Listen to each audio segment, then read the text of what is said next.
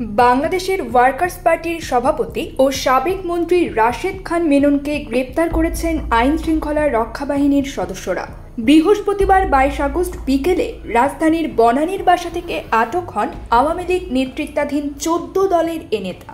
রাশেদ খান মেননের গ্রেপ্তারের খবর নিশ্চিত করেছেন ওয়ার্কার্স পার্টির কেন্দ্রীয় মিডিয়া বিভাগের আহ্বায়ক মোস্তফা আলমগীর রতন।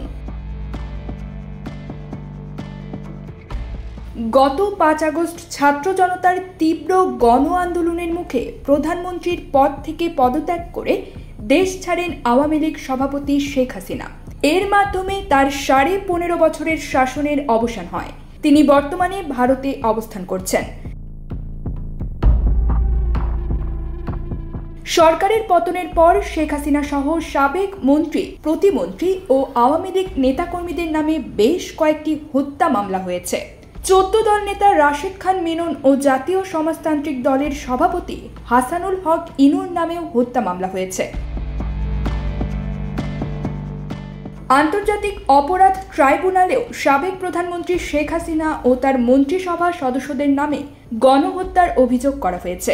এসব মামলায় এরই মধ্যে গ্রেপ্তার হয়েছেন ক্ষমতাচ্যুত সরকারের বেশ কয়েকজন মন্ত্রী, প্রতিমন্ত্রী।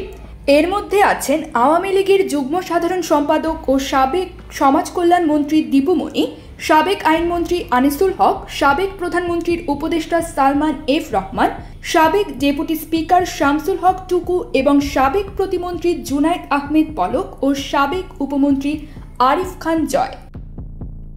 News desk, channel 16।